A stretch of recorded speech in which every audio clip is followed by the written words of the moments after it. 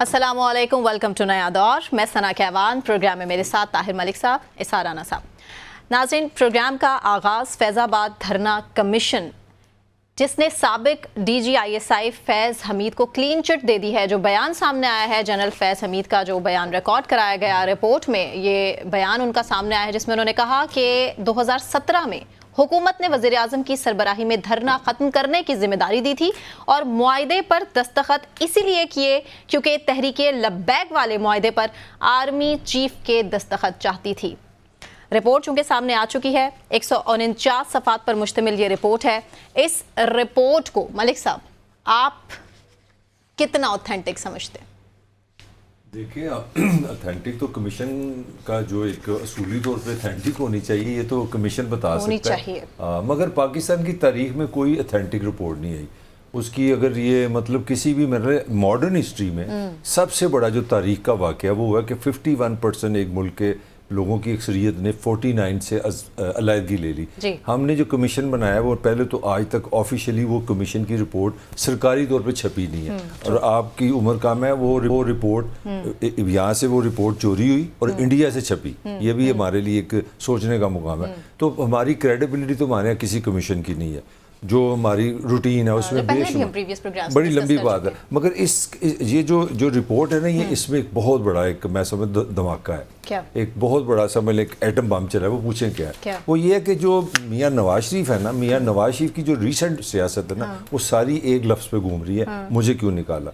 और अगर आपको याद हो, उन्होंने जो गुजरांवाला में स्पीच की थी, उन्होंने 2 नाम लिए थे। उसमें एक जनरल फैज़ का भी नाम था और आर्मी चीफ का भी नाम था।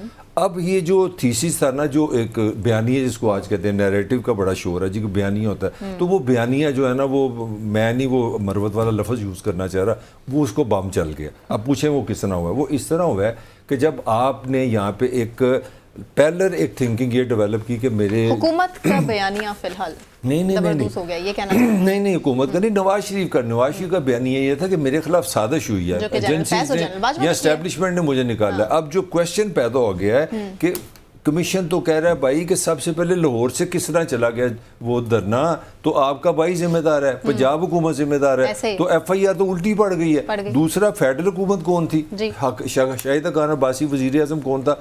नून का।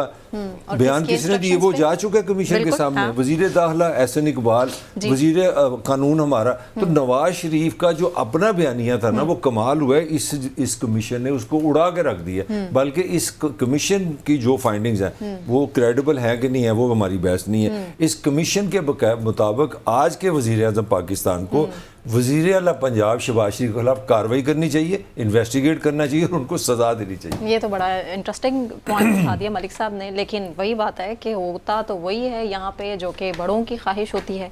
अब इस रिपोर्ट को आप देखते किस तरह हैं? राना साहब, आप हंस तो ऐसे रहे हैं कि जैसे कुछ कहना चाह रहे हैं, लेकिन जाहिर है मैं इजाज़त नहीं दे सकती मेरे प्रोग्राम के। राना की आज़त बनती है एक्चुअली ना, मैं अपना सांस चढ़ा हुआ है तो मैं उसे कंट्रोल कर रहा था, इसलिए। क्यों?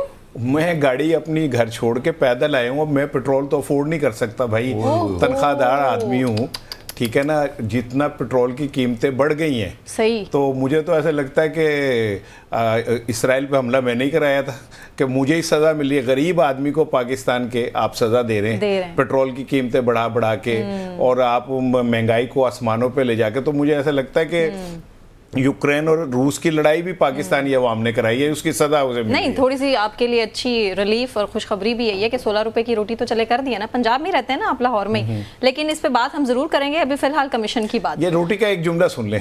ये रोटी जो बाजार में ओरिजिनल रोटी है ना, वो आपके वजन की है, और हुकूमत पंजाब मेरे वजन की रोटी की कीमत कह रही है कि कर दें, ठीक है ना। ये 2 फर्क है। अब आ जाए इस धरना रिपोर्ट में। मैं आपको कल ही शायद मैंने गुफ्तगू में कहा था कि मियाँ नवाज शरीफ साहब अब एंटी स्टैब्लिशमेंट एक नैरेटिव जो है वो लेके आ रहे हैं।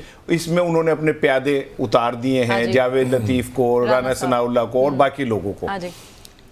अब हुआ क्या कि वो जो नैरेटिव लेके आ रहे थे कि मुझे तो पहले दिन से ही मेरे साथ हमेशा ऐसा होता है, और फैजाबाद धरना, अब इसमें 2 लोगों के को बहुत बुरी तरह एक धचका पहुंचा इस रिपोर्ट से। एक नवाज शरीफ और एक काजी फायज ईसा साहब। क्योंकि काजी फाइज ईसा साहब ने जो पहले फाइंडिंग दी थी इस धरने के हवाले से, उसमें तो उन्होंने स्ट्रेट फॉरवर्ड सारा जिम्मेदार आईएसआई को करार दिया था, जनरल फैज का नाम लिए बगैर, आर्मी चीफ का नाम लिए बगैर। ठीक है ना, तो कहां से ऑर्डर्स आते हैं, कहां से ऑर्डर्स आते हैं, वो सारा इशारे उसी तरफ थे ना। अब हुआ क्या कि इस रिपोर्ट ने तो धड़न तख्ता कर दिया सबका, और ये रिपोर्ट तो ये कहती है कि भाईजान अपने बुक्कल में बैठे हुए चोरों को तो देख लें पहले, ठीक है, मंजिल थले डांग ही फेर लें, आपको पता चलेगा कि वो एक तरफ आपका वजीर आला भाई जो है, दूसरी तरफ आपका वजीर आजम अपना लगाया हुआ, वो खुद जिम्मेदार है। और फिर मैं आपको एक बात दोहरा रहा हूँ, ये कोई माने ना माने, मैं शहबाज शरीफ नवाज शरीफ साहब की मोहब्बत को नहीं चैलेंज कर रहा, वो अपनी जगह कायम है, लेकिन इक्तदार की जंग इतनी खौफनाक होती है, इसमें ये रूथलेस होती है। मैं किसका पढ़ रहा था, बहुत बड़े दानिश्वर का, उसने कहा बादशाह का कोई चाचा और भतीजा नहीं होता। ट्रू, ठीक है ना, मजहब भी कोई नहीं होता। हाँ, कोई मजहब नहीं होता। सो ये एक इक्तिदार की जंग है, और इस इक्तिदार की जंग में मियां नवाज शरीफ साहब को एक और धचका लगा है अपने घर के चिराग से ही। ठीक है, और अब ये लड़ाई जो मैं कई दिनों से इंडिकेट कर रहा हूं कि होने जा रही है, जब मियां नवाज शरीफ साहब इस्टेब्लिशमेंट के खिलाफ बयानियां लाएंगे तो वो इनडायरेक्टली अपने भाई को डैमेज करेंगे, क्योंकि वो उनका भाई इस्टेब्लिशमेंट के साथ खड़ा होकर सारा कुछ कर रहा है, और वो इसका इजहार कर चुके हैं। 3 दिन पहले उन्होंने कहा मैं अपनी बेटी के सूबे को तरक्की दूंगा, पूरे पाकिस्तान को तरक्की नहीं दूंगा। तो ये वाली जो रिपोर्ट है और जनरल फैज के खिलाफ जो एक बयानिया आप बना रहे थे, और खास करके मरियम साहिबा और नवाज शरीफ साहब, जनरल फैज के खिलाफ बहुत बड़ा बयानिया था इनका।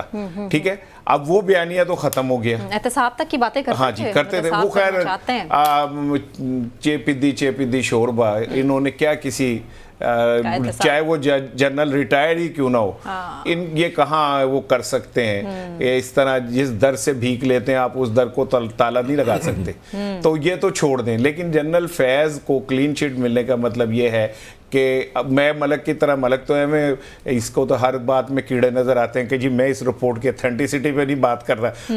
भाई रिपोर्ट आ गई, रिपोर्ट इज रिपोर्ट।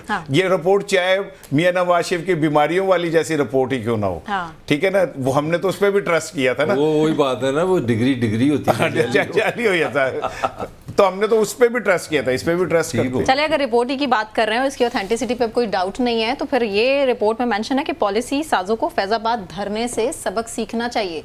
लेकिन मैं ये समझ नहीं पा रही फिर किस किस्म का सबक सीखना चाहिए, कि इसी तरह मामला चलते रहेंगे और क्लीन चिट मिलती रहेंगे। अच्छा, एक दफा ना, पहली दफा 6 माह के करीब हो गए हमें शो करते, ये आज पता नहीं क्या हो गया कि वो फितरतन या कोई कुदरतन हम एक पेज पे आ गए। एक और बहुत बड़ा एस्पेक्ट है जिस पे आपने दोबारा इसमें जो मैं ऐड करना चाहूँ, अगर आप इस रिपोर्ट को लेंगे ना, तो इमरान खान के धरने की 126 दिन की भी FIR शहबाज शरीफ पे बनती है। वो पूछे किस तरह, क्योंकि इस रिपोर्ट ने ये कहा है कि भाई सबसे पहले हमें बताए कि आप लाहौर से किस तरह निकल गए। ये 2 चीज़ें और साबित हो गई हैं। एक जो तरीके लबैक पे एक आपने ऑन दी रोड सड़कों में एक फिक्रा रखा था, ये तो एजेंसीज के लोग हैं जी, उनको एजेंसी जब मर्जी बुला ले, पैसे दिए जाते हैं, ऐसे था वो। मीडिया पे बड़ा इनको एक बनाया गया था ना, एक आपने बयानिया बनाया था। तो दूसरा बयानिया ये था जी कि इमरान खान के भी पीछे भी वो एम्पायर था, ये था वो। तो मैं इसे एक नुकता आपको और आगे लेके जा रहा हूँ। इस रिपोर्ट से अब ये भी क्वेश्चन पैदा हो गया कि इमरान खान का जो धरना हुआ था, अगर आपका कमीशन ये कह सकता है कि भाई आपने इनको लाहौर से किससे निकलने दिया, क्योंकि कमीशन में मैं पढ़ रहा था, उसमें लिखा कि 12 जो उनके मुतालबात थे ना, उसमें 11 पंजाब हुकूमत थे। तो वो कह रहे हैं कि आपने तो जान के किया, भाई आपने तो उनको तवज्जो नहीं दी ना, उनकी बात सुनी, आपने कहा जाओ जाओ महरुल्लतो जाओ, इस्लामाबाद जाओ। तो अब दूसरा क्वेश्चन ये हो गया कि फिर इस तरह फिर तो इमरान खान भी किस तरह इस्लामाबाद पहुंचा था, वो भी फिर शहबाज शरीफ ने भेजा था। तो 2 जो आपके जो नवाज की जितनी भी मिथ्स थी ना, जो असल में आपको बात करना चाह रहा था कि नवाज शरीफ अभी तक वहीं पे खड़ा 2016-17 पे कि मुझे इन 2 बंदों ने निकाला, और he is on record in Gujranwala. इसमें मैं आपको ऑफ द रिकॉर्ड खबर नहीं दे रहा, नवाज शरीफ की आप स्पीच सुन ले गुजरांवाला में। नवाज शरीफ साहब और भी बहुत कुछ क्लेम करते हैं, 2 बंदों का कहना मुझे बड़े इल्जाम है, हाईजैकिंग का इल्जाम है, इससे जो लेकिन मैं इससे बरी उज़िम हूं। इससे जो नवाज को हिट हुआ है ना, नवाज का ख्याल था कि मेरा जो जिस तरह मैंने जा रहा हूँ वो राना सही खबर दे रहा है, मैं उसको सेकंड कर रहा हूँ, वो जिस तरफ जा रहा था उसका ख्याल था इस कमीशन की जिम्मेदारी बन जाएगी मेजर जनरल फैज़ पे कि जनाब उन्होंने मुदाखलत की है हुकूमत के काम की बजाय अपना एक्स्ट्रा काम किया, तो वो रिवर्स हो गया। तो ये बड़ी एक टेक्निकल मसला बन गया नवाज शरीफ के लिए। 2 लोग आपने भी मेंशन कर दिया कि खुश नहीं है इस फैसले से, तो बात अगर वहीं से उठाकर 8 फरवरी से पहले की लेकर जाई जाए, और नवाज शरीफ साहब की बात के इससे पहले भी कुछ लोग उनको समझा रहे थे, मामले की नाजुकी के हवाले से उनको बार बार इंडिकेशन दी जा रही थी और कहा जा रहा था कि भाई देख लीजिए, सोच लीजिए, समझ लीजिए, क्योंकि इससे पहले भी हम हिस्ट्री उठा के देख लें तो नवाज शरीफ साहब की एस्टेब्लिशमेंट के साथ कोई बहुत अच्छा नहीं रही। अभी भी अगर सूरत हाल और हालात इस तरफ चल पड़े हैं तो फिर आने वाला टाइम तो बहुत ज़्यादा डिप्रेशन में चला जाएगा। नहीं देखें, डिप्रेशन में तो वो हैं आज सबसे ज़्यादा ना खुश तो फिलहाल इस फैसले से वही है। आज जो तस्वीर और वीडियो रिलीज़ हुई है जिसमें वो अपनी बेटी के साथ एक तंदूर पे जाके और आटे का रोटी का वजन चेक कर रहे हैं। अच्छा, वो टेंशन में, ठीक है, नहीं वो मुझे दुख हुआ, ईमानदारी की बात है कि मियाँ साहब एक वक्त ऐसा भी आना था कि मियाँ साहब को अपनी बेटी के पीछे खड़े होके और सेकंड रो में खड़े होके सारी चीज़ें देखनी थी। इसमें तो कोई शक नहीं ना कि वो 3 दफ़ा वजीर आज़म बने। हाँ। इसमें भी कोई शक नहीं कि वो 3 दफ़ा मैंडेट दिया अवाम ने दिया, ठीक है, बड़ी चाहत और से। इसमें भी कोई शक नहीं कि मैं वो एक लतीफ़ा मलिक साहब सुनाता हूँ कि एक साहब जो थे साइकिल से उतरते हुए गिर पड़े, तो एक खातून हंस पड़ी, तो उन्होंने कहा बाजी हंसो ना, मैं एंजी लथना डिग्या नहीं का, मैं लथदा ही एंजा, ठीक है ना। तो अब 3 दफ़ा अगर वो इस तरह गिर के उतरे तो उन्हें कुछ चीज़ों को समझना चाहिए था।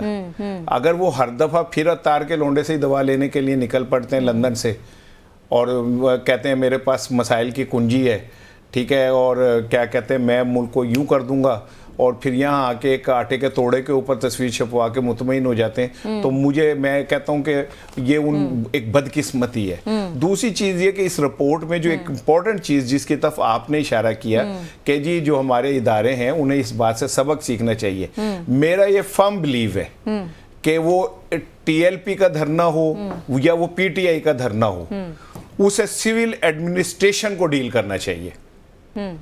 फिर ये सिविल एडमिनिस्ट्रेशन वगैरह फारिग कर दें। अगर सारी चीजें जाके ISI ने डील करनी है तो IB और इदारे कहाँ चले गए? ऐसा ही हो रहा है, ठीक है ना। फिर अब सिविल हुकूमत की जो वो है ग्रिप वो कहाँ चली गई, उसका मैंडेट कहाँ चला गया? इसका मतलब है आप अहल ही नहीं है लोगों को डील करने के, और लोग आप पे ट्रस्ट नहीं करते, आपकी बात पे यकीन नहीं करते। वो वजीर आजम के दस्तखत के बजाय आर्मी चीफ के दस्तखत पे यकीन करते, तो फिर आपकी क्रेडिबिलिटी कहाँ चली गई, आपकी रिट कहाँ चली गई? ठीक है ना। और तीसरी बात यह है कि TLP हो, वो इमरान खान हो या कोई भी हो, आप उनको मौका क्यों देते हैं? पंजाब से जब कोई निकलता है, आप क्यों नहीं पंजाब में दोनों को डील कर सके? शहबाज शरीफ साहब, दोनों को आपने आके, जैसे माजी में होता था कि वहां से वो आते थे अफगानिस्तान से हमला करने वाले, तो लाहौर और हम लोग उन्हें कहते थे कि खाना पीना खाएं, ठीक है, मौज करें, आराम करें, और दिल्ली पहुंचे लूटने के लिए, ठीक है ना। तो अब भी हम वही कर रहे हैं कि वो आता है रेला, हम उसे कहते हैं पंजाब में आप जनाब खाना पीना खाएं, गाने वाने लगाएं, मौजे करें, और इस्लामाबाद जाएं, वहां जाके जो करना है वो कर लें। तो फिर पंजाब हुकूमत का रोल कहाँ चला गया? अपने सगे भाई की हुकूमत के खिलाफ अगर उनका छोटा भाई उन लोगों को, दरअंदाजों को, क्या कहते हैं, घुसपैठियों को सपोर्ट करता है, खाना वाना ये वो करके आगे भेजता है, तो ये सवाल तो मियां नवाज शरीफ साहब को, शहबाज शरीफ साहब से पूछना चाहिए कि आप मेरी फर्स्ट डिफेंसिव वाल हैं, तो आप पे क्यों ना मैं FIR कराऊं? आपकी वजह से ये दोनों चीजें हुई हैं। नवाज शरीफ साहब कहीं ना कहीं नजर आ रहे हैं आपको? कल तो आप कह रहे थे वजीर खारजा साहब गायब हैं, अब तो नवाज शरीफ साहब भी शहबाज शरीफ साहब से कोई मशवरे नहीं हो रहे। बड़े भाई ने आना था तो मैशत ठीक होनी थी, लेकिन अब छोटे भाई ने समझा कि मैं ही ठीक करने के लिए सब कुछ तैयार हूं। नहीं, अपना नवाज शरीफ की में एनर्जी नज़र नहीं आ रही। वो कि एक तो सबसे बड़ी चेंज ये है, जो असल ये भी एक डेवलपमेंट है कि वो मरी से लाहौर शिफ्ट हो गया, प्राइवेट में उन्होंने अड्डा लगा लिया। ये इसका मतलब है कुछ पॉलिटिकली आप एक्टिव होने लगे हैं, जिस तरह आज वो तंदूर भी गए हैं। तो मुझे लग रहा है कि कहीं ना कहीं नवाज शरीफ के साथ वही एक डिलेमा है। वो डिलेमा ये है कि वो he was of the opinion कि पता नहीं वो मैं पाकिस्तान में 2016-17 का सोच के आगे थे कि मेरा जो एक बयानी है कि मेरे साथ धांधली हुई है और ये हो गया और मैं जाऊंगा तो मैं मजलूम होगा, लोग कहेंगे आप मुल्क संभाल लें। तो चीज़ें बहुत बदल गई हैं। मुझे लगता है कि कहीं ना कहीं नवाज ने ये फैसला किया कि वो अपनी पुरानी पोजीशन पे जाएंगे, जो कि एंटी स्टैब्लिशमेंट पोजीशन है। उसका एक और भी रीज़न है कि नवाज को ये भी इस चीज़ का भी एहसास है कि अगर हमने पोजीशन ना ली तो ये सारा बेनिफिट पीटीआई की तरफ जाएगा। तो वो मेरा ख्याल है कहीं ना कहीं अपनी पार्टी को बचाने का आखिरी हरबा। अब ये भी हरबा है कि आप वोटर को कंफ्यूज भी कर दें, क्योंकि इस बात पे तो कोई दूसरी राय नहीं है ना कि पीटीआई की जो पोजीशन थी वो आपको पता नहीं, पीटीआई का बयानिया यही मकबूल है, यही बयानिया है। तो मेरा ख्याल है ये कहीं ना कहीं तजब्जब में फंसे हैं कि हमने पॉलिटिकली ठीक है पावर ले ली है।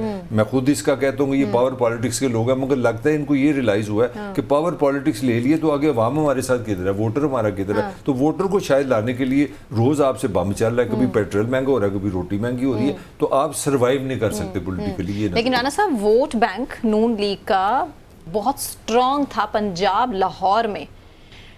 वोटर नवाज शरीफ साहब, शहबाज शरीफ साहब के अगेंस्ट इतनी सी भी बात सुनना बर्दाश्त नहीं करता था। कुछ तो हुआ होगा कि जो वोटर नाराज है, और अभी भी अगर आप ये सोच रहे हैं कि बयानिया कॉपी करने से सब कुछ बदल सकता है, पार्टी कम बैक कर सकती है, तो आपको नहीं लगता कि गलत मशवरा देने वाले अभी भी कहीं ना कहीं उनको ड्रैग कर रहे हैं? देखिए पाकिस्तान में ना 2 सूबे ऐसे हैं जहाँ पे वोटर्स में कदर मुस्तकिल मिजाजी है, लाइक KPK, उन्होंने दूसरी दफ़ा मैंडेट दिया है PTI को। सिंध में पीपल्स पार्टी को मैंडेट मिल गया तीसरी चौथी दफ़ा। पंजाब एक ऐसा वाइब्रेंट सूबा है, तीसरी दफा दे दी, तीसरी दफा KPK में तीसरी दफा। तो ये रवायत नहीं थी KPK की, वो एक दफा हुकूमत के बाद अगली हुकूमत को करते थे कि एक इंसान होता है और एक पठान होता है। अच्छा, अब पंजाब जो है ना एक वाइब्रेंट सूबा है, और पंजाबी को आप माने या ना माने, कन्विंस करना मुश्किल नहीं, कन्विंस नहीं, मेरे नजरों में पंजाब का वोटर ज्यादा मैच्योर है बाकी जगहों से। उसकी रीजन क्या है?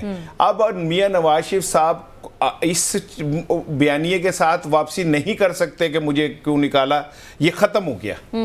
ठीक है, एक वक्त था, मैंने जुल्फकार अली भुट्टो शहीद का दौर देखा है कि वो खंबा खड़ा करते थे तो खंबा जीत जाता था। पीपल्स पार्टी ने पंजाब को हार दिया अपनी पॉलिसीज की वजह से और अदम तवज्जही की वजह से, बुरी तरीके से। ठीक है ना। नून लीग ने वो सारा कैप्चर किया, लेकिन नून लीग के कैप्चर करने के पीछे पंजाबी इस्टेब्लिशमेंट मौजूद थी। ठीक है, पंजाबी अदालती इस्टेब्लिशमेंट ने इन्हें सपोर्ट किया था, और इनको हीरो बनाने में ये दोनों इस्टेब्लिशमेंट ने अपना किरदार अदा किया था। ठीक है, जो वहाँ पे जनरल आता था वो नवाज शरीफ के का गॉडफादर बन जाते थे, और वो नवाज शरीफ को प्रमोट करते थे। ठीक है, 1981 से आज तक की ये हिस्ट्री। अब पहली दफा ऐसा हुआ कि इस्टेब्लिशमेंट ने हाथ भी रखा, लेकिन अवाम ने हाथ नहीं रखा। ठीक है ना, अवाम ने, हुआ ये था कि मोहतरमा बेनजीर भुट्टो कौमी असम्बली की में उन्होंने स्वीप कर दिया था, और रातों रात लाहौर की दीवारों पे जाग पंजाबी जाग तेरी पगनू लग गया दाग, वो लगा, और अगले दिन सूबाई असम्बली की कुछ सीटें सारी नवाज शरीफ। ये इतना बड़ा मौजदा मैंने तारीख में कभी नहीं देखा।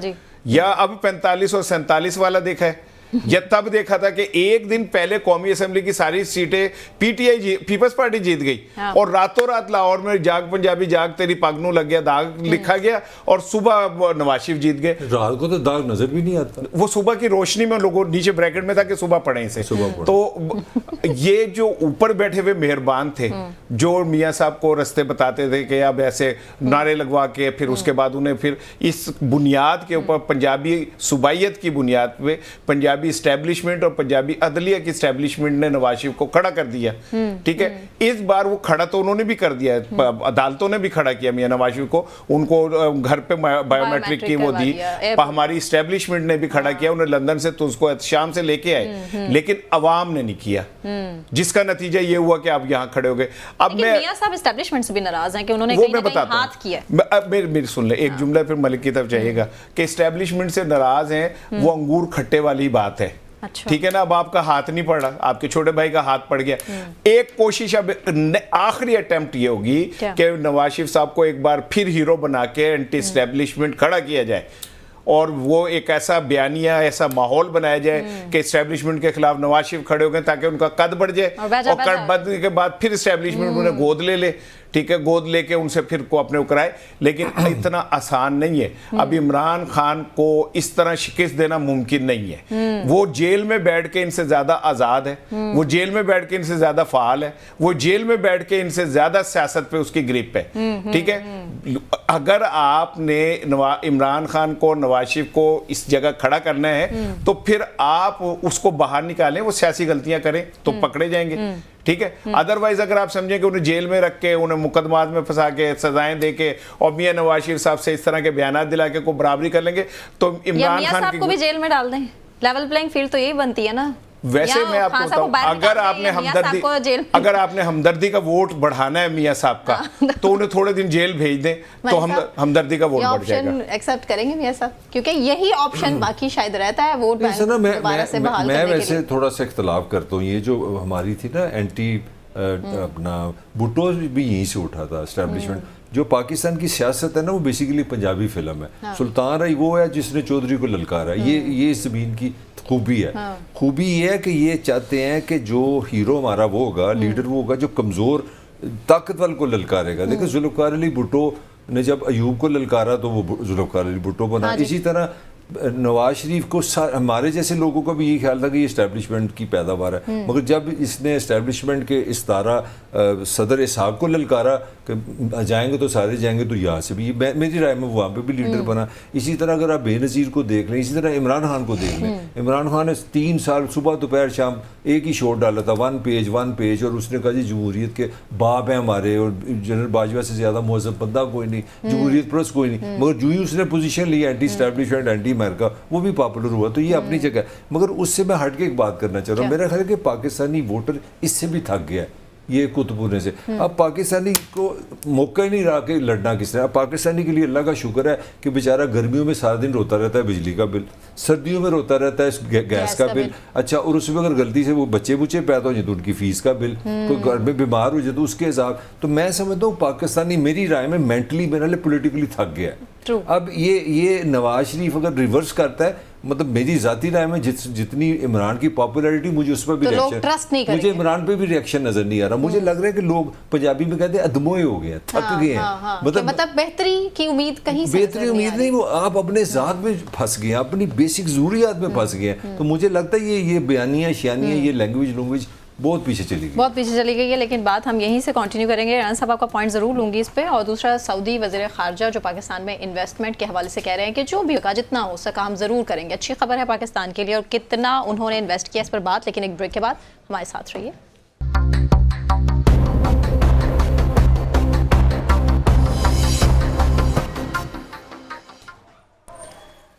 वेलकम बैक नाजरीन। आगे बढ़ेंगे बात सऊदी वज़ीर ख़ारजा के हवाले से, जो कह रहे हैं कि पाकिस्तान में सरमायाकारी के हवाले से जो भी हो सका, जितना भी हो सका वो करेंगे। जबकि इसके साथ ही साथ पाकिस्तान ने सऊदी अरब को PIA और एयरपोर्ट्स की निजकारी में जॉइंट वेंचर्स की पेशकश कर दी है। कितने इम्पॉर्टेंट है ये डेवलपमेंट? बात सबसे पहले मलिक साहब आप ही से। सऊदी वज़ीर ख़ारजा का जो दौरा है पाकिस्तान का, आपको कितना अहमियत का हमें लगता है?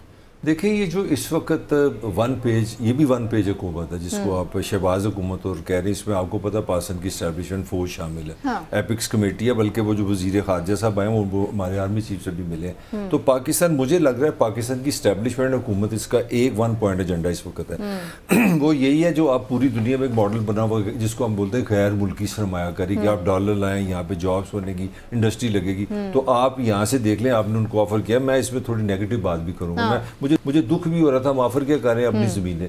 हमने उनको ऑफर किया जी आप 2 5 स्टार 7 स्टार होटल बना लें, ज़मीन हमारी ले लें और आपकी मर्जी है। यानी कि मैं हैरान हो रहा हूँ कि हम इस लेवल पे चले गए हैं। 2024 में हम होटल भी नहीं बना सकते। बेकारी मुल्क है ना, मतलब देखिए पॉजिटिव भी इसका, नेगेटिव भी आ रहा है। मैं अपनी तरफ से नेगेटिव ये आपको बता रहा हूँ कि हमने ऑफर क्या किया। हमने कहा फर्स्ट बैंक हमारा एक वुमेन फर्स्ट बैंक है, वो आप ले सकते हैं। आप अगर 2 होटल यहाँ बनाए, हम आपको ज़मीन दे देते हैं, आप PIA हमारी ले लें। वो बताने की अब जरूरत नहीं, ये वही PIA जिसने दुबई की एयरलाइन बनाई थी, ये वही PIA जिसने कभी माल्टा की एयरलाइन बनाई थी। आज हम उन अरब ममालिक को अपनी वापस करने और लगे। पीआईए को ट्रैवल करना पसंद नहीं कर रहा, जो हालात आप हो कह रहे चुके हैं हैं आप ले लें, PIA। हमने एयरपोर्ट्स भी उनको ऑफर लगा दिए। अब ये तो थोड़ी सी नेगेटिव बात कर रहा हूँ, जो पॉजिटिव बात है वो ये है कि इस हुकूमत का, और इस हुकूमत में मैं बार बार आपको ये क्लियर कट बता रहा हूँ, ये ऑन द रिकॉर्ड नहीं है, इस वक्त आपकी एस्टेब्लिशमेंट और आपकी हुकूमत एक पेज पे है। तो बस एस्टेब्लिशमेंट कह के जरा क्लियर कर दिया करें चीजें कि एस्टेब्लिशमेंट ये चाहती है। ये एक इनका जो टारगेट है वो जो मशहूर ज़माना टारगेट है जो आर्मी चीफ भी कर चुके हैं, $100 बिलियन का।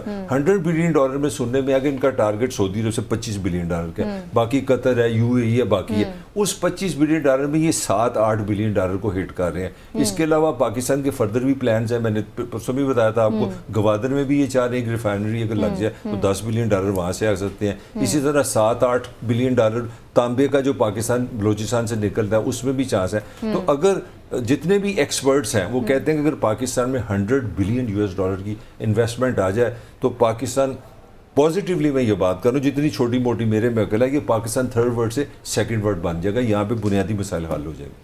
ठीक हो गया। आप कहीं से पॉजिटिविटी देख रहे हैं इस चीज़ में, क्योंकि मलिक साहब तो बहुत पेसिमिस्ट हैं इस हवाले से, और कितने और इदारे हैं जो आपको लगता है कि पाकिस्तान मजीद पेश करेगा सऊदी अरब के सामने और कहेगा जी ये भी जॉइंट वेंचर्स के लिए आपके सामने? देखिए, मैं तो उस वक्त का इंतज़ार कर रहा हूँ कि जब पाकिस्तान में सऊदी अरब का होटल होगा और हम वहाँ जाके सऊदी डिशेस खाएंगे। अब ये अलग बात है कि वो हमें घुसने देते हैं या नहीं, क्योंकि वो तो उनकी होटल मिल्कियत होंगी। इसी तरह जो एयरपोर्ट्स हैं जब उनकी मिल्कियत होंगी तो मैं जाके ये नहीं क्लेम कर सकता कि मैं पाकिस्तानी और ये मेरे मुल्क में मेरा एयरपोर्ट है तो मैं अंदर जा सकता हूँ। तो वो तो जो बच्ची के साथ हुआ था कराची एयरपोर्ट पे, ठीक है ना, बच्ची के साथ हम एक बड़े जिसे कहना चाहिए ना कि आई एम सॉरी, आपने मुझे एक और बात की तरफ ध्यान दिला दिया कि वो ट्रेन वाला वाकया जिसमें एक खातून को पुलिस वाला थप्पड़ मार रहा है। मुझे थप्पड़ों की तकलीफ नहीं है, उस खातून पे थप्पड़ पड़े इसकी भी तकलीफ नहीं है, मर गई वो। तकलीफ मुझे पता है किस बात की है कि वहां लोग खड़े हुए वो देख रहे थे, किसी एक ने उसका हाथ नहीं पकड़ा। तकलीफ इस बात की नहीं कि उसने थप्पड़ मारे, एक मिनट लेट मी कंप्लीट। तकलीफ इस बात की है कि वहां जितने लोग खड़े थे वो सिर्फ उसे देखते रहे। हम बेहिसी बेशर्मी की उस सतह पे पहुंच गए जहां पे जब तक आग हमारे अपने घर में नहीं लगती हमें उसकी तपिश महसूस नहीं होती। बड़ी बातें करते हैं हम। ओ एक बहन ने आवाज दी तो मोहम्मद बिन कासिम वहां से भागा है, हम चूंकि मुसलमान हैं और हम मुसलमान एक बहन की आवाज पे, और वो बहन के सामने को सब जब चपेड़े पड़ रही थी और वो इतनी बेदर्दी से उसे मार रहा था, ठीक है, और आप सब खड़े डब्बे में देख रहे थे। मुझे तो उन बेशर्मों पे मुझे दुख होता है कि ये पाकिस्तानी है, ये खुद को मुसलमान कहते, शर्म से डूब मरना चाहिए इन्हें। और मेरा बस चले ना, खुदा की कसम, मैं उस पुलिस वाले के साथ उन तमाम के ऊपर पर्चा कराऊं कि तुम विटनेस थे, एक कत्ल के तुम जिम्मेदार हो, तुमने हिस्सा डाला है उसमें। उस औरत ने अगर छलांग मार के भी खुदकशी की जो ये डाल रहे हैं गेम, ठीक है, तब भी बतौर कौम हमें पुलिस, जो हमारी पुलिस है, उसे जवाब देना चाहिए। ये जरूरी नहीं कि ताकतवर की चपेड़े ही पड़े तो वो ठीक होंगे। कमजोरों को ऐसे मारते रहेंगे, कमजोरों को चपेड़े मारते रहेंगे।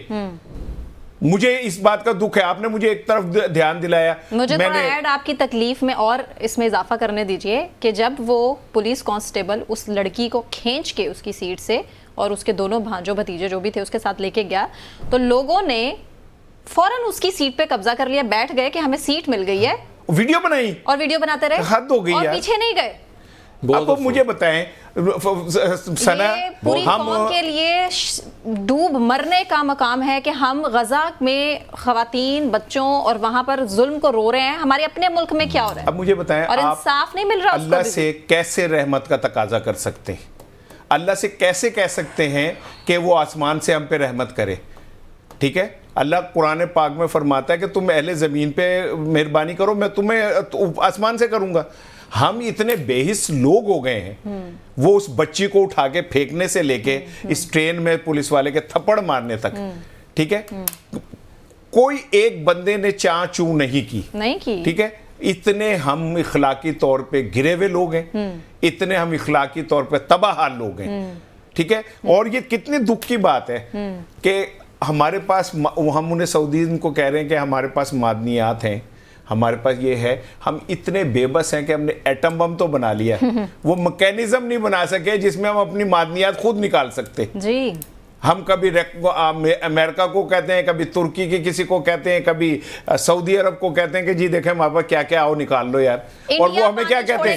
इस पे थोड़ा सा मैं रानी की जो बात को आगे बढ़ाना चाह रहा हूँ, जो समझदार लोग हैं उन्होंने हमेशा ये बात की कि गुर्बत जो है ना, वो हज़रत अली का कौल भी है, आपको पता ही है सारा, कि गुर्बत जो है ना एक क्राइम है। गुर्बत एक ऐसी डिजीज है, ये एक बीमारी है। जब आप में गुर्बत आ जाती है ना, आपकी हिस्से खत्म हो जाती है। मैं कोई राणे से डिसएग्री नहीं कर रहा, मैं थोड़ा सा और आगे जाने चाह रहा हूँ। देखिए हमारे हुक्मरानों ने इस पर कभी नहीं बात की। आपको पता है इंटरनेशनल डाटा आ गया कि एक साल में पाकिस्तान में 1 करोड़ बंदा मजीद गुर्बत से भी नीचे चला गया। तो मेरा पॉइंट है, जो मुल्क मतलब I am sorry to cut you off, उसके साथ ही जो रिपोर्ट है ना, हमारा जो दुश्मन, अजली दुश्मन है ना, उनके यहाँ पिछले 10 साल में 25 करोड़ लोग खते गुर्बत से ऊपर चले गए। हाँ तो देख लेना। तो मैं जो बात कहना चाह रहा हूँ कि ये जो किसे डूब मरना चाहिए मलिक साहब, जिन्होंने मैनेज हमें करना है, क्योंकि मेरा ख्याल जो है, जो मेरी असल में बात करने के लिए मैंने इंटरप्शन किया, मैं समझता हूँ कि इंसान जो है अगर उसकी बुनियादी ज़रूरियात नहीं ना पूरी होगी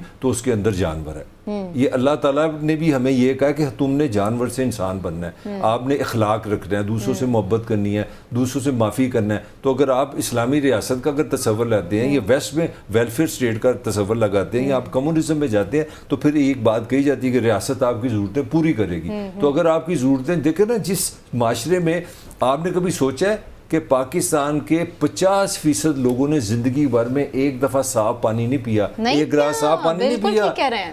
पाकिस्तान के 10 लाख से ज्यादा बच्चे इसलिए मर जाते हैं कि उनकी माओ को ये एजुकेशन नहीं कि इसको डायरिया हुआ तो मैं एक गिलास में नमक और चीनी पिला के इसको पिला दूं। प्रोटीन्स नहीं, अंडे नहीं खा पाते, ये तो कोई बात है ही नहीं। मैं रानी की बात को आगे जोड़ रहा हूँ कि ताकि ये बीमारी को समझे आप। मैं समझता हूँ कि उकताहट, गुर्बत, मायूसी एक इतनी बड़ी डिजीज है, आप इससे बेहिसी के अलावा कुछ नहीं लगा सकते। और आप जिस तेजी से पाकिस्तान में गुर्बत बढ़ा रहे हैं तो ये रवैया बढ़ेगा। चले राणा साहब, राणा सनाउल्लाह साहब ज़ाहिर है बहुत प्रोमिनेंट रहते हैं आजकल, ज़ाहिर है, और कह रहे हैं कि जी हमारी कोई रिस्पॉन्सिबिलिटी नहीं है, हमारा कोई वादा नहीं है कि हमने अवाम के लिए कुछ करना है। इस अवाम ने हमें कौन सा मैंडेट दिया है?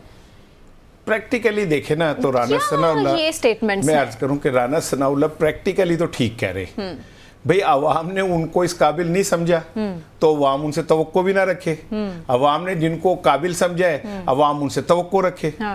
ठीक है ना, तो वो तो हुकूमत में ही नहीं है, वो नहीं है ना, तो वो तो कहते हैं जो है उसको तो पूछे। वो कहते हैं मैं वजीर अगर मैं जीत जाता तो मैं देखता कि नकवी साहब वजीर आला कैसे बनते। तो भाई इसीलिए तो आपको जीतने नहीं दिया। सीधी सी बात है कि आपको क्यों नहीं जीतने दिया, क्योंकि आप तो नकवी साहब को चैलेंज कर रहे थे। अच्छा, दूसरी बात ये कि ये जो कहना ना कि जी हमने तो हमें मैंडेट नहीं दिया तो हमसे ना पूछे, तो उनसे पूछें कि पिछले 40 साल से तो मैंडेट मिल रहा है आपको, तब क्या किया?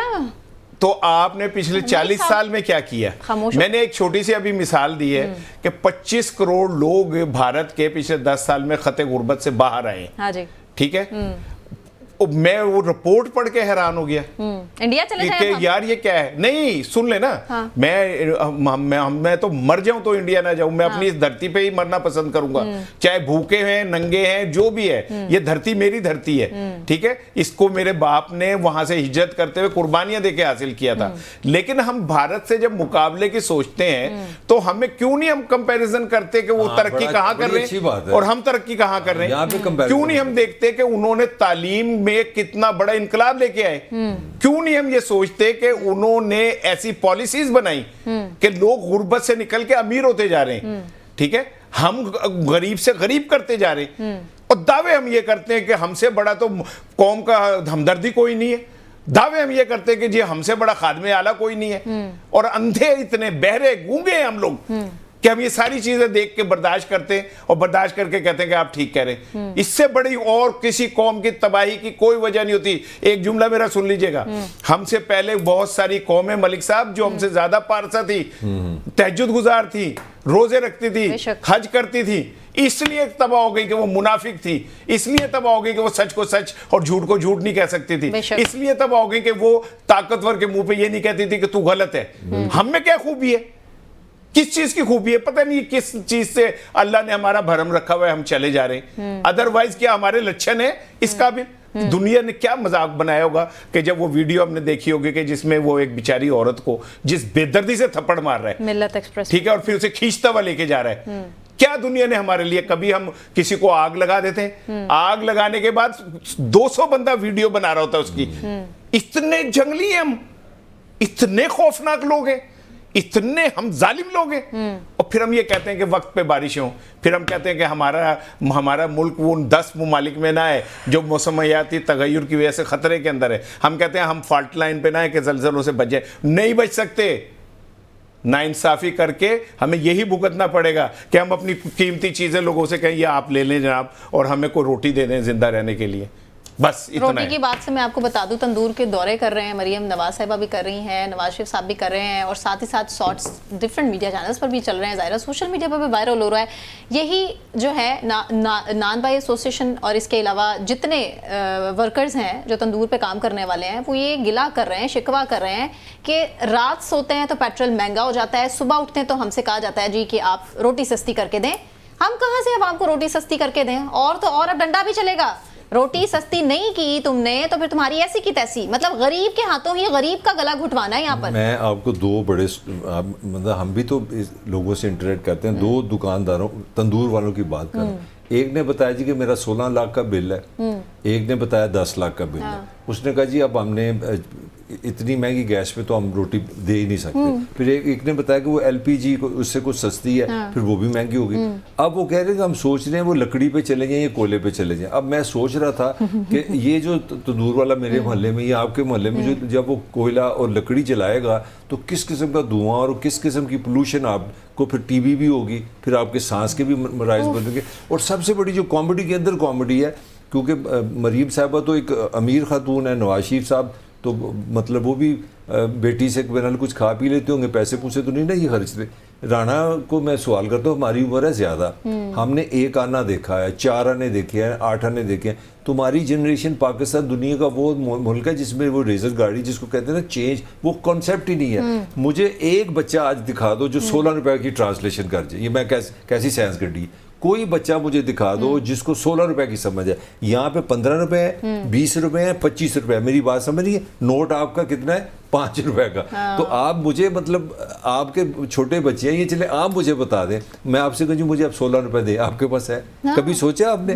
तो ये 16 रुपए वाली बात बड़ी अजीब है। कल भी मैंने आपको एक बात बताई थी कि यहाँ पे अब रोटी खत्म हो गई है, वो पापड़ बोलते हैं, ये कोई एक लकड़ी की चीज़ बनेगी 16 रुपए में, अगर आप उसकी जितनी वो आटे की वो उसमें मॉइस्चर ही खत्म हो गया। तो पॉइंट सारा ये है कि आपने 600% यार 600% की मैं बात कर रहा हूँ, एक साल में जब आप गैस महंगी कर देंगे तो आपकी रोटी सस्ती हो जाए। ये लॉजिकली नहीं है। या फिर आए स्टेट आए माँ बने कि जी हम सब्सिडी देते हैं, फ्री आटा दे दो, फ्री गैस दे दो, दुनिया करती है सब्सिडी दे दो। ये नहीं होगा, नहीं होगा इस तरह। टेक्निक्स क्या होनी चाहिए, स्ट्रैटेजीज क्या होनी चाहिए? हुकूमत को तो अब कुछ समझ में नहीं आ रहा। राना सनाउल्लाह साहब की बात पर मैं दोबारा आती हूँ। एक और स्टेटमेंट उनकी ये भी है कि अगर हमसे ना चल पाई तो हुकूमत छोड़ देंगे। क्या कर रहे हैं ये एक्सपेरिमेंट्स इस मुल्क के साथ? क्या हम वाकई डिजर्व करते हैं कि भारत के साथ सॉफ्ट कॉर्नर रखें और उनके साथ तिजारत करें और अजली दुश्मनी, पुरानी दुश्मनी को, कश्मीर को भूल जाएं और हर चीज पर कॉम्प्रोमाइज कर लें? नहीं, बात यह है कि जैसे आप फ़ोन, गरीब बेचारा कहीं फ़ोन डायल करे तो उसे आवाज़ आती है आपको मतलूबा सहूलत मैसर नहीं। इनको ये मतलूबा सहूलत मैसर नहीं है कि अपनी मर्ज़ी से हुकूमत ले लें या अपनी मर्ज़ी से हुकूमत छोड़ दें, ठीक है ना। ये इन्हें सहूलत मैसर नहीं है, ये इनको तो बारी देनी है। इन्होंने जो झूठे ख्वाब और झूठे वो किए थे ना, ताकतवरों को दिखाए थे कि ऐसे आवांगे संभाल लेंगे, जब वो ख्वाब टूटे तो अब उसके किरचने जो हैं इनकी आंखों से खून निकालेंगी। दूसरी बात ये है कि जो ये आप अभी आटे की और रोटी की बात कर रहे थे, आप इस तरह करके अवाम में अपनी जगह नहीं बना सकते, ठीक है ना। आप गंदुम इस बार प्राइवेट उन्होंने खरीदी है, सरकारी गंदुम खरीदी नहीं गई, ठीक है। आपने क्या किया, ये बात आप लिख लीजिए। ठीक 3 महीने बाद आटे का इतना बड़ा बहरान आएगा कि आप सोच नहीं सकती। 3 महीने के बाद? जी। उसकी रीजन क्या है कि गंदुम प्राइवेट माफिया ने खरीदी है जी, ठीक है। प्राइवेट माफिया के पास जब गंदुम चली जाएगी तो फिर प्राइवेट माफिया अपनी मर्जी से रेट मुकर्रर करेगा, ठीक है ना, अभी तो कुछ कम हुए, अभी आप बल्ले बल्ले कर रहे हैं ना, कम हो गए। ये 3 महीने बाद, अब ये मेरा क्लिप आप याद रखिएगा, मैंने 3 महीने बहुत एहतियात से ज्यादा बताए, आपको लग पता जाएगा। आप एक मसनूई तरीके से चीजों को लेके चल रहे हैं। वो जो मलिक ने बात की वो बिल्कुल ठीक है कि आपने गैस महंगी कर दी, बिजली महंगी कर दी, आटा आपने थोड़ा सा सस्ता करके कह रहे रोटी सस्ती कर दो। मैं उन नान भाई के साथ नहीं खड़ा हुआ, हाँ जी, ठीक है, जो मैं उनके साथ बिल्कुल नहीं खड़ा हुआ। मैं तो ये कह रहा हूं कि अगर आपने वाकई ही महंगाई खत्म करनी है तो आप मैकेनिज्म ऐसा डेवलप करें जिसके अंदर अब जबर ताकत से नहीं आप ये चीजें कराएं। जब असरात चारों तरफ से इकट्ठे होते हैं तो खुद ब खुद अवाम तक पहुंच जाते हैं, और अब तक पहुंचने चाहिए। और दूसरी चीज ये है, अगर आप इतने मोहब्बत वाले हैं ना, कौम से मोहब्बत करते हैं, तो आप अभी प्रोग्राम के बाद तहकीक कीजिएगा कि ये जो आटा मिले हैं ये तमाम सियासतदानों की हैं, ठीक है, बड़े सियासतदानों की, ठीक है, वहां से वो मिलें आटा खरीदती हैं, और खरीदने के बाद किसान बेचारा मर जाता है पैसे लेने के लिए, बीच में फड़िए अपनी गेम डाल देते हैं, ठीक है। उसके बाद जब मिलों में पहुंच जाता है तो मिलों में पहुंचने के बाद वो चीनी हो, गन्ना हो या गंदुम हो, फिर वो मिल मालकान अपनी मर्जी करते हैं। तो वो किनकी है, किनकी है शुगर मिले, किनकी है आटा मिले, ठीक है। तो ये कर देना सस्ती, बढ़े एक कदम, ये जितने सरमायादार जिनकी मिले हैं वो एक कदम आगे बढ़े, ठीक है, और वो ऐलान करें। आप एक नान बाई से सस्ता कराते हैं और जो ऊपर वो बैठा हुआ है उसको आप कहते हैं कि तुझे खुली छूट है। क्रैकडाउन से कुछ नहीं चलेगा देखिए ना, कि आपने फलां माफिया के खिलाफ क्रैकडाउन कर लिया, आपने फलां माफिया के खिलाफ ये कर लिया, डॉलर आपने पकड़ धकड़ कर सस्ता कर लिया, आपने आटा सस्ता कर दिया, चीनी सस्ता, आपको हाथ लंबा करना पड़ेगा। नहीं देखिए, जो असल जिम्मेदारान है उनको कटारे तक यहाँ पे एक पड़ेगा। और भी हमारे यहाँ बड़ा तस्वर है, वो भी गुस्से वाला तस्वर है जी, बस सख्ती कर दें, सख्ती कर दें। सख्ती की कीमत होती है। ये जो पुलिस आप रखते हैं ये मुफ्त में नहीं आपको मिलती। आप कभी इनका बजट तो देखें, 400-500 अरब तो पंजाब लगाता है पुलिस पे।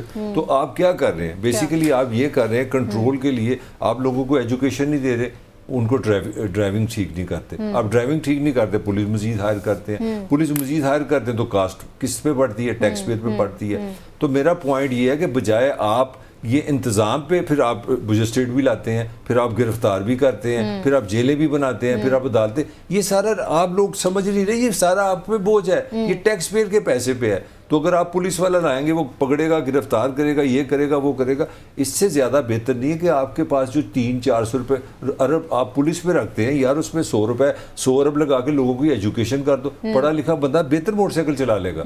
ये दुनिया में एस्टैब्लिश फैक्ट्स है कि जो बंदा लिख पढ़ सकता है वो अच्छी गाड़ी चलाएगा, वो मुहज़्ज़ब ज़्यादा होगा, शऊर आप में आता है। तो आपने ह्यूमन डेवलपमेंट पे तो काम नहीं करना, आपने करनी है, वो पंजाबी में कहते हैं रंगबाजी। वो पकड़ लो, नान भाई को पकड़ लो, पतंग वाले को पकड़ लो। अच्छा, पूरे शहर में कोई ग्राउंड नहीं है, क्रिकेट आप खरीद नहीं सकते, बैट आप खरीद नहीं सकते, हॉकी खरीद नहीं सकते। गरीब का बच्चा अगर धागे से गुड्डी उड़ालेगा, फाड़ लो।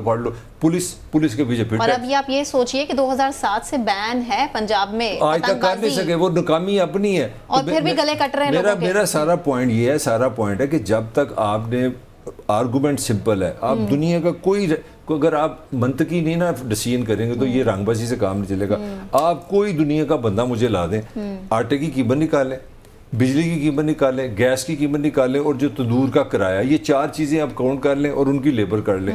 मैं आपको चैलेंज करता हूँ, अगर वो 1 रुपया भी कमा लेना इस 16 रुपए में, तो मैं आज ये मेरा लास्ट शो है, मैं शो छोड़ जाऊंगा। ये बंदा अब क्या बातें कर रहे हैं? तो राना साहब, तरीके इंसाफ वाले फिर सही चीख रहे हैं ना, फिर सही जलसे करेंगे, एहतजाज करेंगे। और तलाल चौधरी साहब दूसरी तरफ बड़ा पॉजिटिव पॉइंट लेकर आ गए हैं जी, कि ये इसीलिए चीख रहे हैं और इसीलिए जलसे जुलूस और एहतजाज की बातें कर रहे हैं क्योंकि अब इनसे हजम नहीं हो रहा, मुल्क तरक्की की तरफ जा रहा है, मईशत ठीक हो रही है और ये लोग नहीं चाह रहे तरीके इंसाफ वाले कि मुल्क तरक्की करे, क्योंकि ये 9 मई वाले लोग हैं, हम 28 मई वाले लोग हैं। तो इनको बेसिकली अब इनके खिलाफ मजीद क्रैकडाउन होना चाहिए, इनको शट-अप कॉल मिलनी चाहिए। तरीके इंसाफ की बात करें तलाल चौधरी साहब, तो आपको क्या लगता है फिर तरीके इंसाफ के पास जो ऑप्शन बाकी है वो यही है ना कि एहतजाज करे, जलसे करे, जुलूस करे? तहरीक इंसाफ जो एहतजाज कर रही है वो कोई गरीब आवाम के लिए नहीं कर रही, वो अपने पॉलिटिकल उस पे कर रही है। ठीक है ना। या तो कोई तहरीक चले कि जी महंगाई के खिलाफ तहरीक चलिए, तो फिर तो कोई और बात है। हाँ। और दूसरी बात यह कि अभी आपने नाम लिया किनका, नून लीग के तलाल चौधरी साहब, आप सिर्फ 2 दिन ना तलाल चौधरी को पकड़ के ना अलीवान या टंडोल यार या शिकारपुर या नारोवाल या क्या कहते हैं KPK के किसी पुरानी झुग्गी के अंदर ना एक मजदूर के साथ बांध दे। हाँ, गुड। बांध के 24 घंटे तू इसमें सांस लेके दिखा, तेरी तरक्की, आपकी तरक्की जो है ना वो आपको ना तैरती हुई नजर आए तो मुझे कहिएगा, ठीक है ना। जो ये तरक्की कर रहे हैं ना, मैं ना, मेरा बाजू का दिल इतना ज्यादा मुझे हो जाता है कि मेरा दिल करता है मैं इन्हें बदुआएं दूं कि अल्लाह करे तुम्हारी जिंदगी के अंदर भी कुछ दिन ऐसे आए जो वो एक गरीब आदमी जो भूख की वजह से अपने बच्चों को रोटी नहीं खिला पाता ना, वो तुम पे गुजर जाए। अल्लाह करे तुम पे वो वक्त गुजर जाए जो छोटे छोटे बच्चे स्कूल जाने से महरूम हो जाते हैं ना, कि उनके पास फीसें और किताबें और कपड़े नहीं है। अल्लाह करे तुम पे वो वक्त आए जब ईद के ऊपर एक माँ और एक बाप जो हैं इस खौफ का शिकार हो जाते हैं कि बाहर बच्चे नए कपड़े पहन के फिरेंगे, हमारे बच्चों का क्या बनेगा। अल्लाह करे तुम पे भी वो वक्त आए जब तुम्हारे हाथ में बिजली का बिल हो और तुम अदा करने के काबिल ना हो और शदीद गर्मियां हो और एक पंखा भी बंद हो जाए। बड़ी तरक्कियां देख लो इनकी। जाए ग्राउंड के ऊपर, जमीन पे जाके देखें लोगों का क्या हाल हो रहा है। तरक्कियां कर रहे होते हैं। अब आपको लग पता जाएगा कि क्या होता है। थोड़ा पानी भी दो साथ में, आपके सामने ये टिश्यू भी ले लें। नहीं, असल सवाल तो जनाब ने किया नहीं, मुझे ब्रेक भी लेनी है, लेकिन बात है पेट्रोल की बात तो की नहीं हमने। असल बात गरीब की बात नहीं करेंगे तो किसकी बात करेंगे? जो लोग बात करते हैं ना उसका क्या करेंगे, लेकिन ब्रेक के बाद हमारे साथ रहिए।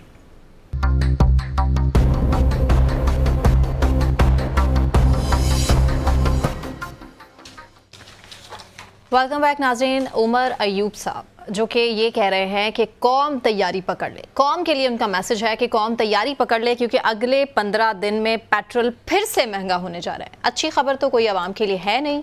तलाल चौधरी साहब तो कह रहे हैं कि मुल्क में तरक्की आ रही है, खुशहाली आ रही है, मईशत ठीक हो रही है, इसीलिए तरीके इंसाफ को शायद बर्दाश्त नहीं हो रहा कि मईशत क्यों ठीक हो रही है, इसलिए वो जल्द से जुलूसों की तरफ जा रहे हैं। राना मलिक साहब, आप ही से मैं सवाल करूँगी कि पेट्रोल पहले क्या कम महंगा है 289 तकरीबन 300 रुपये के मज़ीद अभी और महंगा होगा, और हम क्या करना चाहते हैं? हम बिजली को भी क्या 100 रुपये से ऊपर लेकर जाना चाहते हैं? देखें सना, अगर दुनिया में कुछ जुल्म है ना, वो मेरे लिए हम लोग आम बंदा इसको समझ नहीं पा रहा कि हमारे साथ मैं वो बड़ा गंदा सा लफ्ज़ मेरे मुंह से निकलने लगा था जो जुल्म हो रहा है। देखें, हमारे ये कहते हैं जी कि इंटरनेशनल प्राइस जो है ना बढ़ गई है पेट्रोल की, तो लिहाजा पेट्रोल महंगा हो गया। आप सैलरी किस करेंसी में लेती हैं? ये जो मेरा भाई कैमरा मैन है ये पाकिस्तानी रुपीस में लेते हैं ना, हज़ारों में लाखों में लेते हैं ना। आप सोचें कि हमारे हुक्मरान किस क्लास के बेहिस है और ये आपके साथ किस क्लास का डाका डाल रहे हैं। ये आपको कहते हैं कि भाई ये चीज़ डॉलर में है, हम डॉलर में खरीदते हैं, तो डॉलर में महंगी होगी तो तुम और यार मेरी इनकम तो रुपीस में है। खुदा जो असल मैं जो बार बार आपको शोर डाल रहा हूँ कि इस मुल्क में दो इतने बड़े पाकिस्तान की अवाम के साथ डाके पड़े हैं, उसमें मैं समझता हूँ बेनज़ीर का बहुत बड़ा रोल है। इस IPPs के मुआहदों में नवाज शरीफ का बड़ा रोल है, जनरल मुशर्रफ का भी रोल है, ये सब ने किए हैं। और दूसरा पेट्रोल, आप ये समझ ही नहीं पा रहे कि हम पाकिस्तानी कमाते रुपये में हैं और एक रुपीस जो दुनिया का रुपया है वो उसका नाम है डॉलर। वो रुपया बराबर करने के लिए हमें 280 रुपये चाहिए। यानी कि जो एक अमेरिकन अपने बेटे को मोटरसाइकिल पे अगर छोड़ने जाएगा ना राना साहब, तो वो कहेगा मैं अपने बेटे को छोड़ने के लिए 1 रुपए का पेट्रोल लगा के आऊँ। अब राना अगर अपने बेटे को उसी मोटरसाइकिल पे छोड़ने जाएगा तो कितने रुपए का डालेगा? 280 रुपए। ये ट्रेजेडी। और हमें सरेआम कहते हैं जी वो इंटरनेशनल प्राइस बढ़ गई है डॉलर की, तो हम आपको डॉलर में देंगे। कोई ऑप्शन नहीं है हमारे पास। दूसरी जो आपको मैं और वापटा की भी कहानी सुनाऊं IPPs की, जो इसीलिए मैं कहता हूँ ये सारे हुक्मरान जिम्मेदार हैं उसके। IPPs में ये हमें कहते हैं लफ्ज होता है फ्यूल एडजस्टमेंट। आपने सुना नहीं? फ्यूल एडजस्टमेंट की मद में कितनी वो पता है क्या है फ्यूल एडजस्टमेंट क्या है? फ्यूल एडजस्टमेंट क्या है कि जनाब सना ने हमें जो पिछली नवंबर में हमें बिल दिया था ना 5000, तो हमने कैलकुलेट किया कि जब हमने डॉलर IPPs को दिए तो वो पैसे कम हो गए, तो डॉलर के पैसे निकाल लो। खुदा की कसम ये दुनिया की सबसे मजलूम कौम है जो कमाती रुपए में है और खरीदती डॉलर में। ये आपको समझना पड़ेगा। और मैं कल खुद ही सुन रहा था कि जनाब इंटरनेशनल प्राइस बढ़ गई है। वो भाई मेरी सैलरी बढ़ी है नहीं, जनाब की बढ़ी है, मेरे भाई कैमरामैन की, कई लोगों की तो नौकरियां चली गई है। हाँ। तो आप मुसलसल गरीब हो रहे हैं। और मैं आज कल का आपको लेटेस्ट डाटा दे रहा हूँ। सब कॉन्टिनेंट, ये पूरे इस रीजन में हम सबसे ज्यादा महंगा तरीन मुल्क है। बेशक क्वालिटी ऑफ लाइफ में हम अफगानिस्तान से भी नीचे चले गए। उसकी वजह सिंपली ये दो चीज़ें जो मैं बार बार, मैंने शायद वाहद मैं बंदा हूँ जो शोर डाल रहा है कि यार खुदा के लिए 25 करोड़ 24 करोड़ लोगों के साथ ये ज्यादती मत करो, कमाए वो रुपए में, कमाए वो रुपए में, खर्चे वो डॉलर में, ये वो ट्रेजेडी है। और पेट्रोल आप समझ लें जिस तरह हार्ट चलता है ना इंसान के दिल में, किसी भी इकोनॉमी में पेट्रोल इज द हार्ट। अब ये महंगाई आपके घर घर में जाएगी, एक एक कमरे में जाएगी, जा चुकी और है। ये आप सोच नहीं सकते इसके क्या इफेक्ट्स आएंगे। महंगाई से तो राना साहब पूरा पाकिस्तान परेशान है, तंग आ चुके हैं लोग के बिल इतने ज़्यादा आना शुरू हो चुके हैं कि जितनी आमदन है घर के 6 अफराद भी अगर कमाने निकल जाए ना पूरी नहीं पड़ती। लोग लिटरली खुदकुशियाँ कर रहे हैं, और जो लोग बिजली चोरी कर रहे हैं तो फिर क्या हम उन्हें कसूरवार ना ठहराएं? जैसा कि मलिक साहब कह रहे हैं कि जी फ्यूल एडजस्टमेंट की मद में आप आवाम का सिर्फ खून निचोड़ा है और कुछ नहीं कर रहे, तो फिर क्यों ब्लेम करते हैं हम, क्यों क्रैकडाउन करते हैं? और करते तो बदकिस्मती से वो भी पूरा नहीं है। देखें, दो चीज़ें हैं। एक तो मलिक जो कह रहे हैं ना कि हम पेट्रोल के ऊपर वो फ्यूल एडजस्टमेंट चार्जेस के नाम पे वो करते हैं, ये तो एक अलग चीज़ है। जो ये बिजली फराहम करने वाली कंपनियां हैं जो इन्होंने लूट मार मचाई, इजाफी यूनिट भेज के 84 करोड़ रुपए का मलिक साहब स्कैंडल एक इलाके एक कौमी की बात आ रहा है। ठीक है, अभी इसमें हैपको, हस्को, मुल्को, पता नहीं क्या क्या जो है, ठीक है, ये शामिल नहीं है। हाँ। यानी पेट्रोल की डॉलर की कीमत बढ़ी, चले हम हजम कर जाते हैं कि जी डॉलर की कीमत बढ़ी क्योंकि हम डॉलर के अंदर बिजली बनाते, तो चलो। ये जो डकैतियां हो रही हैं इसको तो रोक सकते हो, आप इसको भी नहीं रोकते। हाँ। इसको भी आपने खुली छूट दी हुई है। मेरे कान पक गए ये सुन सुन के जी कमीशन बन गया, आईनी हाथों से निपटेंगे, हम ये कर देंगे, हम वो कर देंगे। ये हमें आनियां जानियां आप सुनाए जा रहे हो, कुछ किसी जोगे नहीं। हमें किस बताओ कि तुमने ये 24 करोड़ जो रुपए वापस निकलवा के बिलों में एडजस्ट करवा दिए लोगों के कि जी ये इस महीने आपके बिल इतने कम आएंगे क्योंकि आपसे इतने पैसे फालतू ले लिए गए। ट्रू। वो भी नहीं आप कर सकते। और हमें देखे एक बात आप समझे, वो मुनीर नियाजी साहब की जो मारकतुल आरा गजल है ना कि जिंदा रहें तो क्या है, मर जाएं हम तो क्या, दुनिया से खामोशी से गुजर जाएं हम तो क्या। खुदा की कसम पता नहीं कितने लोग रोजाना खामोशी से मर रहे हैं, उनकी आवाज ही कोई नहीं सुन रहा, क्योंकि पार्लियामेंट उनके लिए नहीं बनी, ऐवान बाला उनके लिए नहीं बना हुआ, ये अदालतें उनके लिए नहीं बनी हुई, ये निजाम उनके लिए नहीं बना हुआ। ठीक है ना, ये निजाम उनको सिर्फ इस बात की मौका देता है कि आप इस धरती पे मर सकते हैं। क्या कोई एक बंदा भी वो मुझे वो बेशुमार वाकयात है उसमें कि वो किसी की बकरी को शेर ने खा लिया था तो उस बूढ़ी औरत ने कहा कि क्या उमर मर गया। एक जुमले से आप अंदाजा करें आप, और यहाँ किसानों तो यहाँ पे हजारों लोग मर जाते हैं और कोई पूछने वाला नहीं है। आप मरी में जाके बैठ जाते हैं जी, ठीक है, क्योंकि आप लाहौर की पॉल्यूशन बर्दाश्त नहीं कर सकते। हमने भूखा मरना है, जाके बैठ जाते हैं, पार्लियामेंट में बैठ जाते हैं, और आप सारी हमने जहर की फिजा को लेना है। आए चले भाटी सांदा, आए मैं आपको दिखाऊं कि वहां पे लोग गटर का मिला हुआ पानी पी, बदबू आ रही होती है उस पानी में से, डायरिया फैल रहा है। और आपके लाहौर के अंदर आपके जी ऐसा पानी जिससे आप वजू नहीं कर सकते।